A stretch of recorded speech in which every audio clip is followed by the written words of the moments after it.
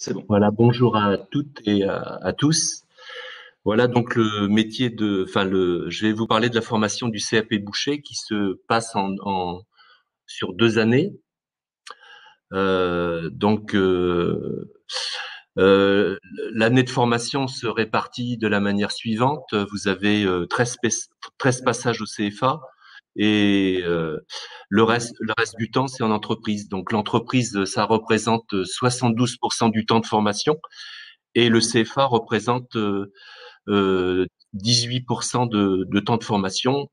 10% sont affectés au congé payé du jeune homme, sachant que l'apprenti est un salarié, il n'est pas un élève, donc il a droit à ses congés payés qui sont de 5 semaines. Voilà. D'autre part, les cours se passent sur la semaine de 35 heures, comme en entreprise.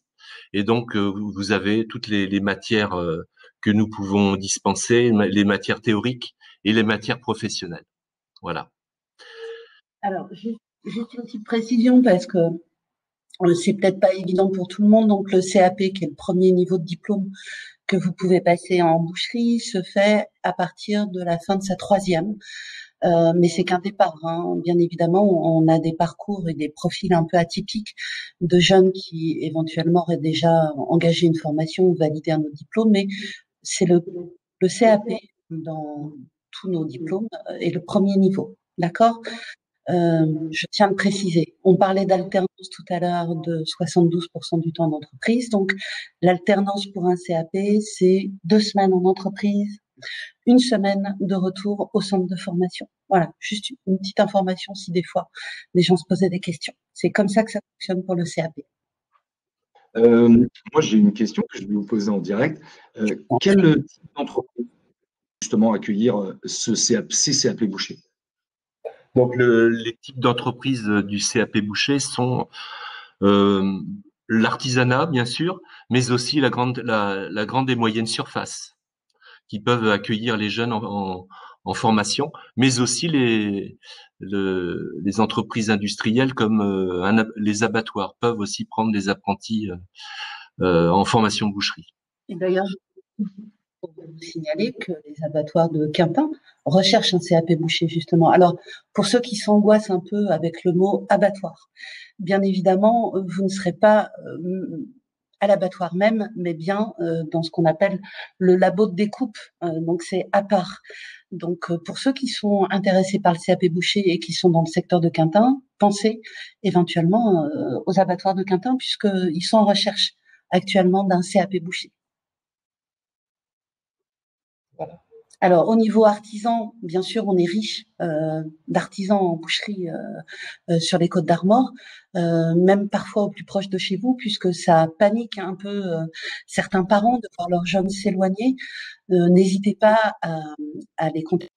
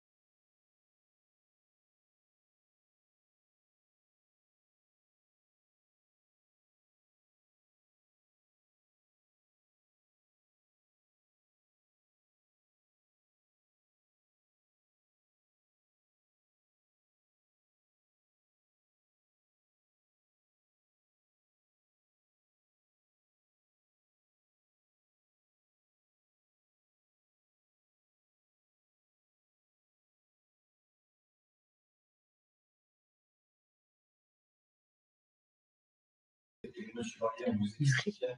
Donc, les conditions, en tout cas, des entreprises, voilà, orientées pour faire un CAP boucher, comme vous l'avez dit, elles sont assez diverses et variées. L'important, c'est d'avoir une formation de qualité. Elle doit pouvoir vous former techniquement. Le CFA prend également le relais sur la formation. Alors apparemment, mon collègue a été déconnecté, donc je vais peut-être prendre le relais. Donc on vous expliquait.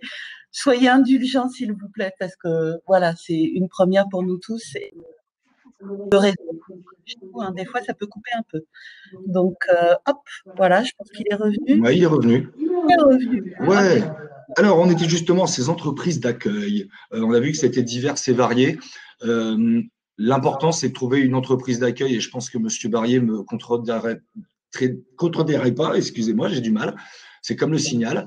C'est-à-dire l'entreprise d'accueil, elle doit pouvoir vous accueillir pour vous former techniquement. On sait que humainement, c'est aussi important.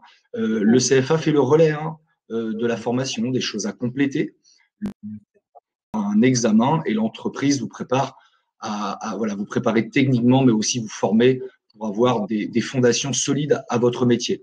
Justement, Monsieur Barrier me vient d'une question. On va dire, quelle qualité il faut pour être boucher ou jeune boucher? Les qualités professionnelles requises sont déjà la ponctualité, la rigueur dans le travail, l'application des tâches et des techniques. Et puis, au fil du temps, le jeune apprenant va rentrer dans le métier. Il trouvera la culture du métier progressivement entre l'entreprise et le CFA. Les objectifs de la formation sur 2 ans. Vu forcément, on ne va pas apprendre tout du premier coup. Graduellement, quels sont les objectifs, Monsieur Barrier, à atteindre? Les objectifs à atteindre? C'est ça. Les objectifs sont l'application des techniques, la mise en œuvre dans l'entreprise, notamment les fondamentaux, qui sont le désossage, la séparation des muscles, l'épluchage, les diverses préparations et techniques de commercialisation, qui se fera au fil du temps, progressivement. Voilà. Vous le dites, les techniques de commercialisation, c'est aussi quelque chose d'important. Sans négliger la technique de base de votre métier, Monsieur Barrier, on voit qu'aujourd'hui, l'évolution de notre métier, de votre métier, se dirige aussi vers justement conseiller un client, conseiller sur une cuisson, conseiller sur une origine de... C'est aussi important dans le métier de boucher. Alors, ça va se faire progressivement dans la mesure que sur 2 ans, ces connaissances et ces compétences viendront à la fin des 2 ans, parce qu'il y a une multitude de connaissances à acquérir au fil du temps. C'est plutôt en niveau 4, en niveau BP, où on va affiner toutes ces connaissances sur l'aspect commercialisation. Voilà. Moi, j'ai 2 questions. Est-ce qu'on travaille toutes les viandes en CAP boucher? On travaille toutes les viandes, oui, notamment le bovin, le veau, l'agneau, le porc, la volaille, les abats aussi. Tout est à transformer. Voilà. Alors, le contenu de la formation propre sur ces 2 ans, c'est évidemment de professionnelle. C'est également de l'enseignement technologique et des sciences alimentaires liées au métier. C'est aussi de l'enseignement général, puisqu'il y a toujours de l'enseignement général sur le CFA. Il y a une question, si je peux me permettre de répondre, puisqu'il y a une question de Jason. Je n'aurai que 15 ans à la fin de mon année de 3e. Alors, Jason, je pense qu'on parle de cette année-là. Trouverais-je facilement un patron? Jason, donc j'ai expliqué dans la précédente intervention que oui, à 15 ans, vous pouvez être apprenti et trouver un apprenti. Par rapport à certaines filières du type hôtellerie-restauration ou les filières des métiers du bâtiment, il n'y a pas de souci particulier à avoir 15 ans en boucherie, si de toute façon, comme dans tout métier, vous acceptez, vous respectez les normes de sécurité qu'il y a en boucherie, et il y en a certaines. Donc, 15 ans, c'est l'entrée possible en apprentissage, et comme vous l'avez noté, si et seulement si vous êtes bien en troisième et que vous allez terminer votre année. Je ne pense pas que vous aurez de difficultés particulières à trouver un patron, Jason.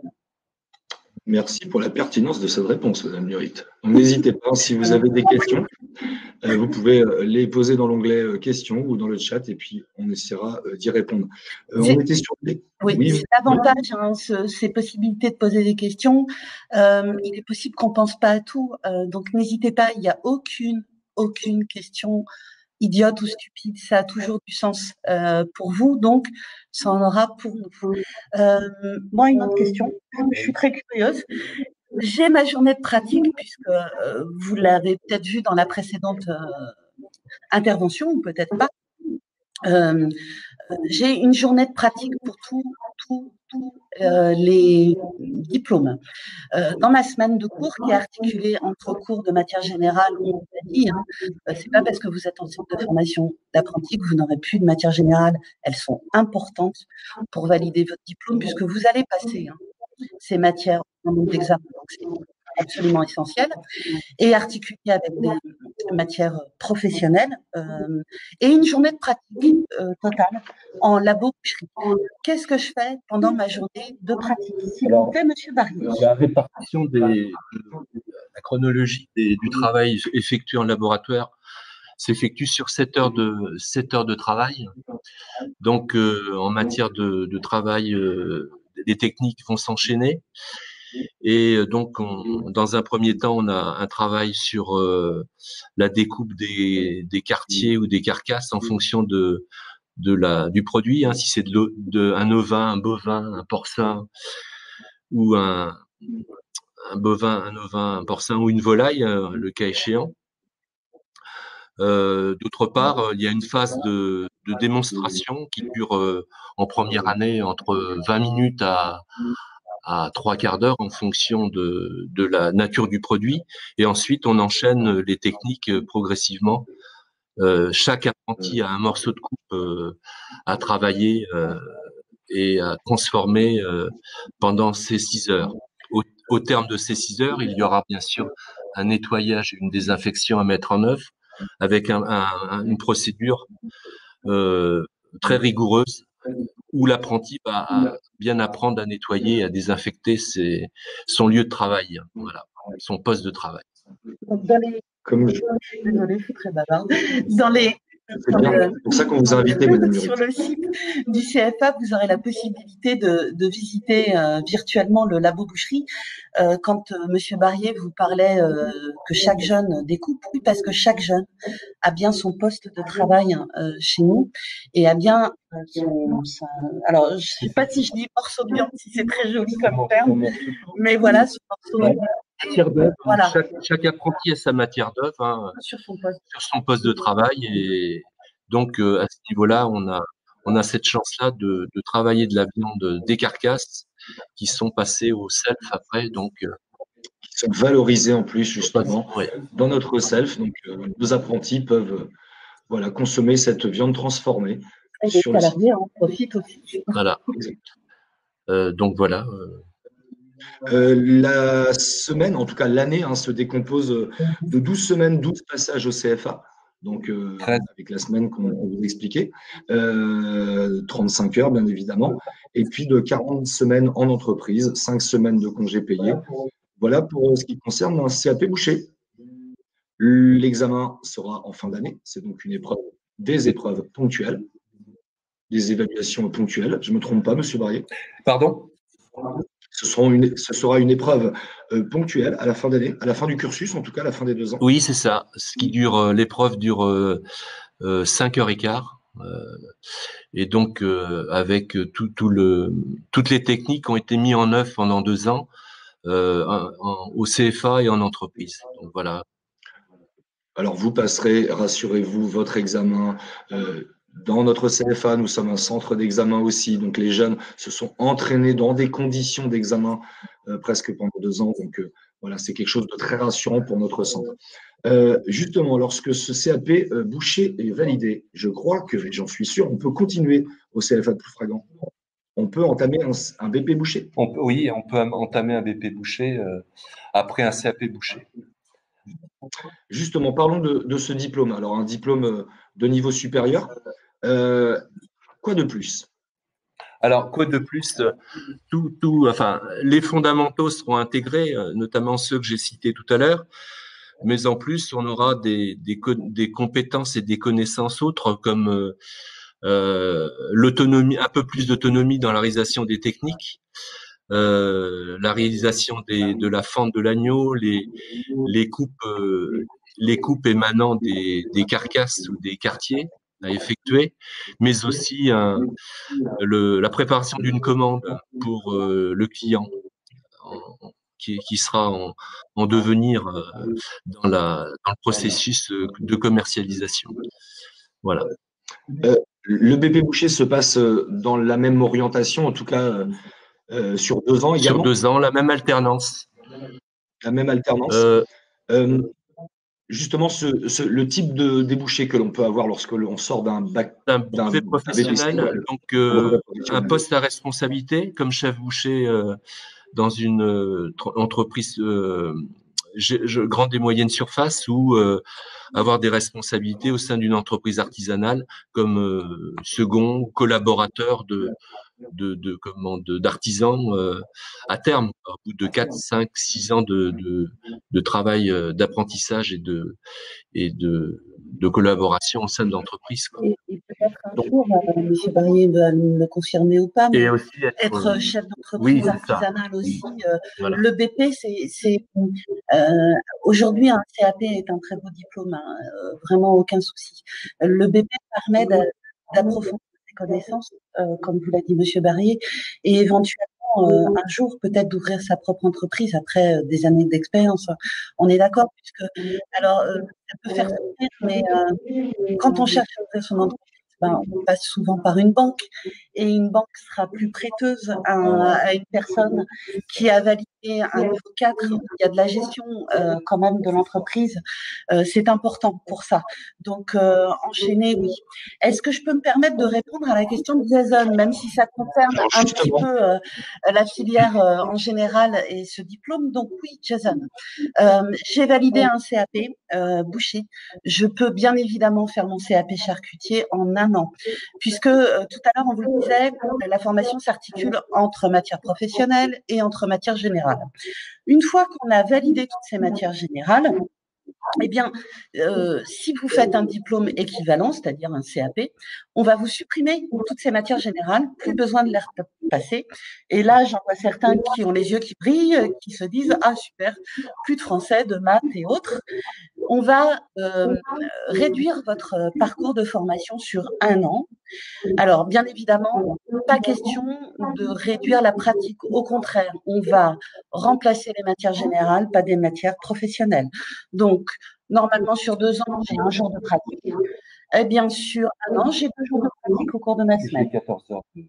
Voilà. On double, donc soyez à l'aise au moment de passer l'examen.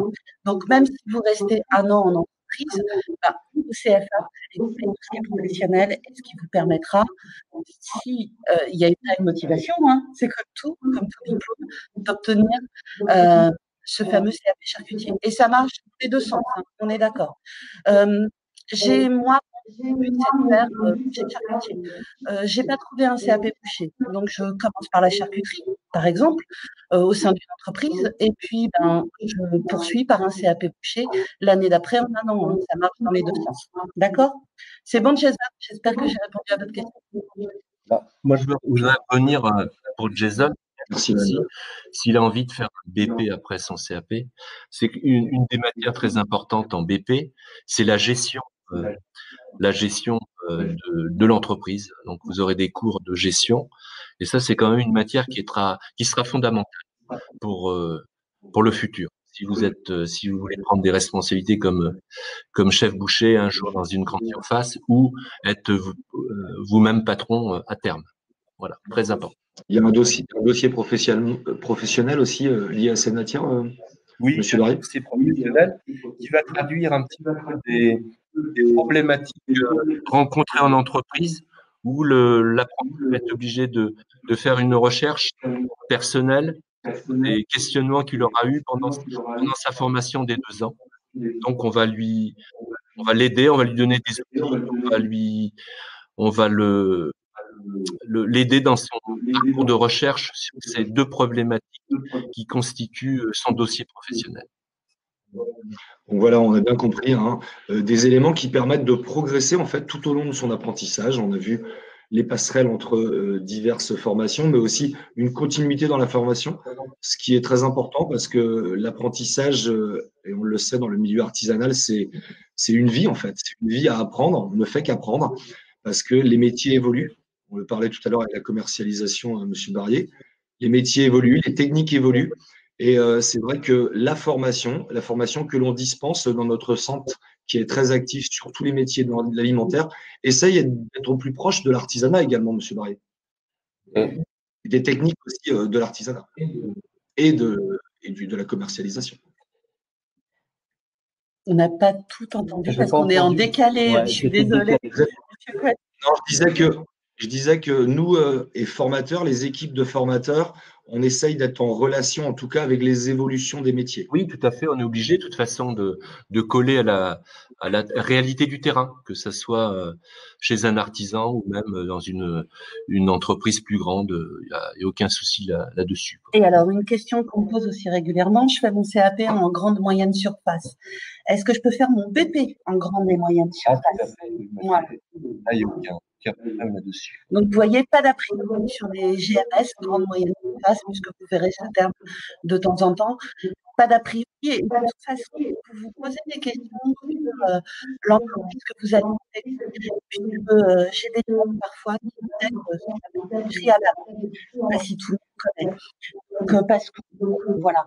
Est-ce que tout est possible? Est-ce que le CAP est possible dans tout, absolument tout? Monsieur Barrier, oui, même en bouche de canal, même On l'a vu, hein, l'important, c'est de valider des compétences techniques, des savoir-faire professionnels, mais également un enseignement général. Hein. On ne va pas arrêter de vous dispenser de maths et de français lorsque vous êtes en CAP, puisque c'est important, c'est une continuité de votre cursus scolaire. Et puis, ça sert également aussi dans nos métiers, savoir calculer, rédiger une lettre, un CV, un devis. C'est aussi important pour un artisan, un professionnel demain. Tout à fait. Le BP de boucher, les conditions de certification, d'évaluation, Monsieur Barrier, on peut en parler? Les conditions de certification du BP boucher, c'est comment? Déjà, pour rentrer dans la formation du BP, il faut avoir son CAP. Je crois qu'on a déjà abordé le sujet. Oui. Et l'évaluation finale?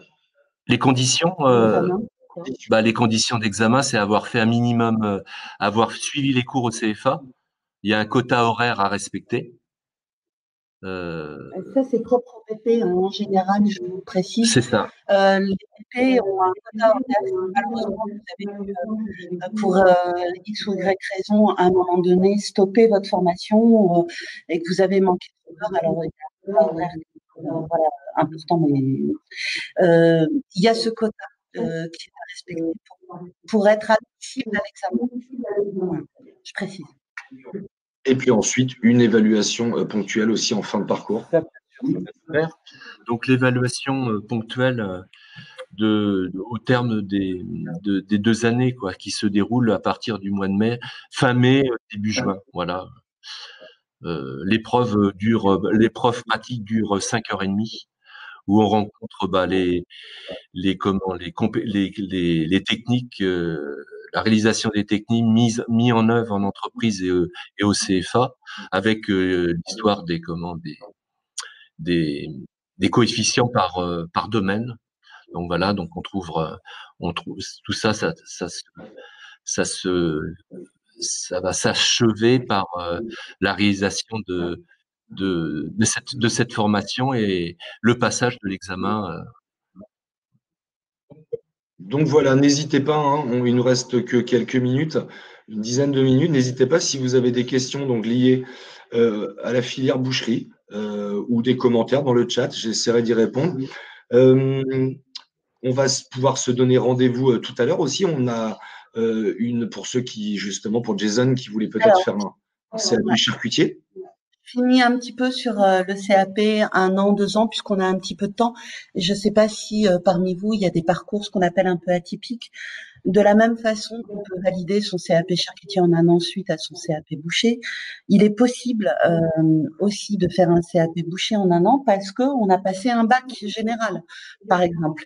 On a forcément validé des matières générales supérieures au diplôme qu'on est en train d'effectuer. Donc oui, il y a cette même réduction de durée pour un jeune qui aurait déjà débuté. Et alors ça peut paraître bizarre, mais j'ai validé un CAP fleuriste. J'ai le droit dans les textes de faire mon CAP boucher en 1 an. Vous aurez lors de vos rencontres avec peut-être des retours un peu négatifs sur cette durée d'1 an. Ça peut arriver. On va vous dire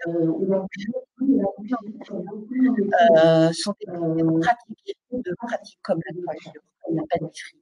On a besoin de pratique pour apprendre au maximum. Donc certains vont être un peu réfractaires sur cette durée d'1 an. À ce moment-là, contactez-nous. On peut mettre en place peut-être une formation sur 2 ans. S'il le faut, il y a des possibilités. Voilà, ne fermez pas des portes. Un artisan, un chef d'entreprise vous dit non, moi sur 1 an, je pense que ça ne suffira pas. Hein, d'accord? Voilà, je voulais préciser. Très bonne remarque. Je pense que nous allons avoir fait le tour. Je vais vous remercier de votre présence et puis nous allons vous inviter à rester un petit peu avec nous parce que nous avons une petite vidéo réalisée de 3-4 minutes, hein, justement. Donc, en présentiel, ce coup-ci, ça a été fait il y a quelques mois, en début d'année, en septembre 2019, sur justement nos laboratoires. Et donc, sur un peu, voilà, une situation, comment se passent les cours chez nous. N'hésitez pas, si vous avez encore quelques questions, on est ensemble pour quelques minutes. Et puis, moi, je veux remercier l'ensemble de l'équipe, hein, des professeurs de la filière boucherie, des professeurs de la filière générale, Madame Nurit pour sa présence. Et n'hésitez pas à la contacter au service Espace Info Métier, puisque tout au long de l'année, ils sont présents pour vous accompagner justement pour de l'orientation, de la réorientation, du conseil. Donc, n'hésitez pas. Chers collègues, vous avez quelque chose à rajouter? Non, C'est voilà. parfait pour nous. Eh bien, c'est parfait. Je vais normalement pouvoir partager les vidéos si techniquement je peux le faire, j'espère. Très joli. On continue à le voir. En bas. C'est comme ça qu'ils voient quand il y a la vidéo. Bah, les gens de l'extérieur. Ah oui, non, mais ici aussi, on voit. Non? Non, ils ne peuvent pas. Alors, je pense que j'ai un bug numérique. C'est peut-être un peu lourd.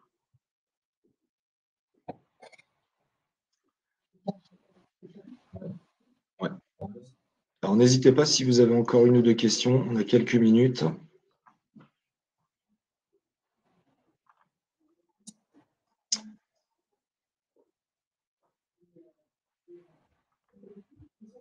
Ah, ça y est. Ça y est.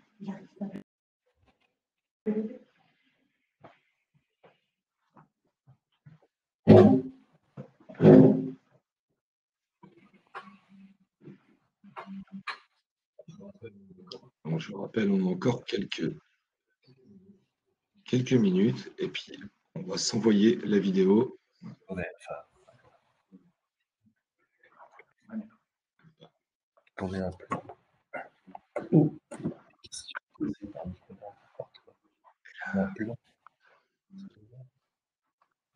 Ah ouais. Oh, oui.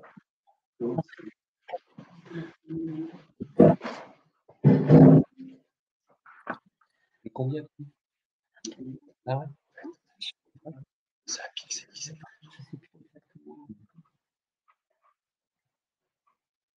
C'est les gens qui font du théâtre.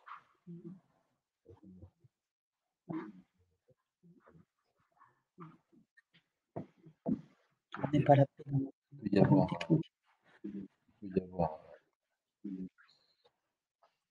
un peu de spontanéité.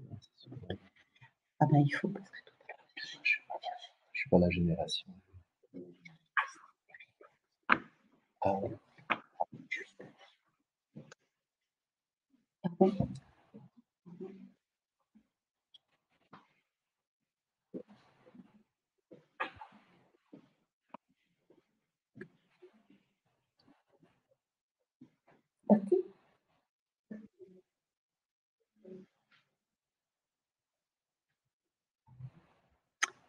nouveau. Ah, c'est bien, monsieur. Merci à vous, Merci. Yann. Merci. Très gentil. On aime les compliments.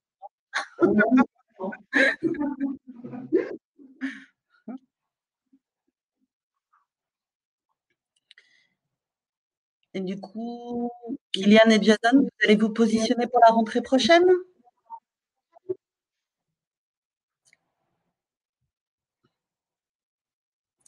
Oui, non?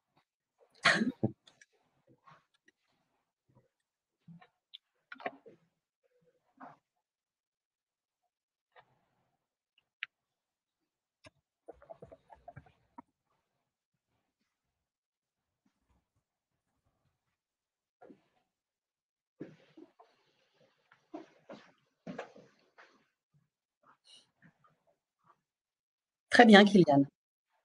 Déjà trouvé une entreprise? Besoin d'aide? Nous?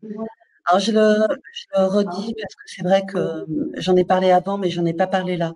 Les offres que l'on reçoit de la part des artisans ou grandes et moyennes surfaces sont actuellement sur le site Bretagne Alternance. Donc vous avez déjà envoyé votre fiche candidature, super Kylian, c'est parfait. N'hésitez pas à aller voir la visite virtuelle sur notre site de votre futur labo boucherie alors. Hein. Donc, je le dis pour ceux qui sont parmi nous et qui ont peut-être pas encore trouvé d'entreprise, il y a quand même je trouve pas mal d'offres hein, en ce moment. Alors, pareil, hein, grande moyenne surface, abattoir, salle de déco, abattoir, je le répète, et artisan. Voilà.